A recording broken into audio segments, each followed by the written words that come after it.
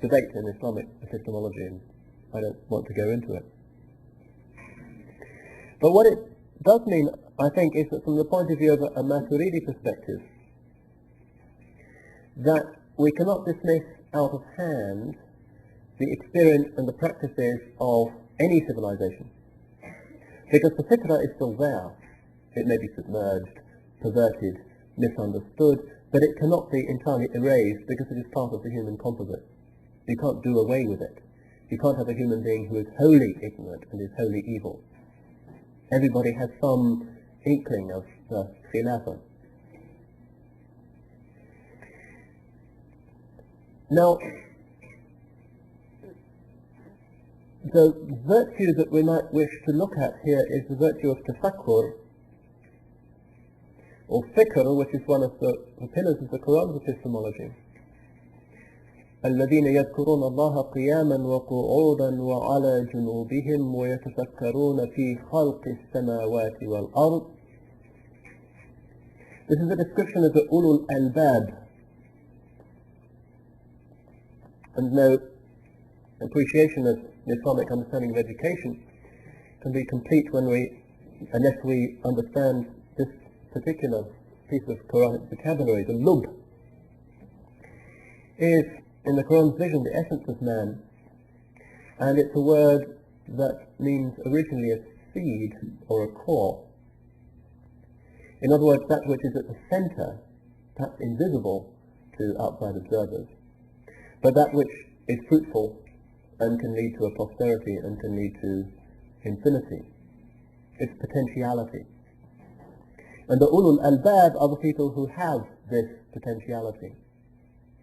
And one of their attributes in these great culminating verses of Surah Al-Imran is that they remember Allah, they have dhikr, standing, sitting and on their side, and they have fikr, because they think about the way in which the heavens and the earth are created. Dhikr is a rare commodity in the modern world. Authentic dhikr is almost as rare amongst Muslims as amongst non-Muslims, because we tend to go through the motions more than experiencing the reality. But dhikr is something that can be said to be universal. The problem of modernity is that our increasing knowledge of the diversity and the brilliance of Allah's creation has distracted us, because of its beauty and brilliance and precision, from getting the whole picture. We can't see the wood for the trees. Maybe one day we will come up with the equation or the theorem that finally cracks it. This is not beyond the bounds of possibility. Stephen Hawking, in his brief history of time, says if we can finally get the unified theory, then we shall know the mind of God. And he's not an atheist. He's a kind of careful agnostic who's hedging his bets and thinks, well, nothing that I have discovered in my laboratory on my equations proves that there is no unifying principle behind existence. I just haven't cracked the final equation yet. My suspicion is that the final equation will not be disclosed to a human mind, because then it would unfairly privilege a bunch of academics and mathematicians, and it's not Allah's will that academics should have privileged access to Him. It's His will that all human beings should equally have access to Him, whether they're intelligent or stupid, whatever their race, whatever their educational attainment, because He is just, and Tawbah has to be available to all human beings. But who knows, maybe He will come across an equation that enables Him to say, yep, there's one principle, one generative principle that brings about all the secondary principles of existence. Quite possible. But for the moment, He hasn't got there. Now we could say, using the Islamic vocabulary, that their state is that شَغَلَتْنَا الْأَدِلَّةَ عَنِ الْمَدْلُولِ. All of the pointers have distracted us from what is being pointed to. Sayyidina Muhammad sallallahu alayhi wa sallam, who is the archetype of tafakkur, because this is what he was doing through his tahannuf on Jabal an-Nur, contemplating the creation of the heavens and the earth, how everything is put together, superb symmetry, beauty, balance. مَا تَرَى فِي خَلْقِ الرَّحْمَنِ مِنْ تَفَوُّتٍ.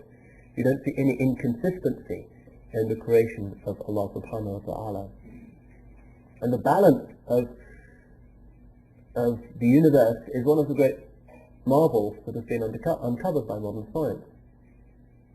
We all know, apparently, that if the energy generated by the Big Bang had been infinitesimally greater, then the formation of matter would have been impossible. If it had been infinitesimally smaller, then the process of expansion would have stopped almost instantaneously. So from the point of view of secular science, we're living in the great mysterious improbability. I think the statistics against it are somewhere in the order of 1 to the power of 50. Virtually an impossibility, but here we are, and they have something called the anthropic principle, which they think explains why we should happen to be here. If we weren't here, well then we wouldn't be talking about it, so in a sense the question is irrelevant. Here we are, and too bad. From a theologian's point of view, we would say, well, this makes it look as if faith, blind faith, is a much stronger principle for atheists than it is for believers. We have a coherent explanation. They just have a view of the world of being virtually an impossibility, but here it is and we just have to accept it. That's blind faith, if you like. But despite this marvel that there should be anything at all, they are nonetheless preoccupied with looking at the marvels.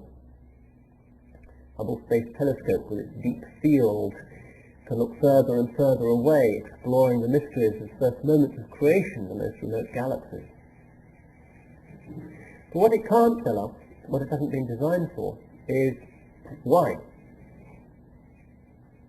And that can only be known, ultimately, through kashf. Because there is nothing in the logic of the created world that can irrefutably point to beyond its own nature. Philosophical arguments, higher mathematics, Hubble Space Telescope cannot reach beyond themselves. That's not what they're for. They're part of Al. They're part of the physical world. And it's one of the greatest errors in religion to think that you can come up with an argument, a rational argument, on the level of mentation, level of argumentation, of logic, that proves anything. You can't do that. The system is closed and is circular. You can point to the coherence of theism, and this is traditionally what ilm al-kalam in Islam has done.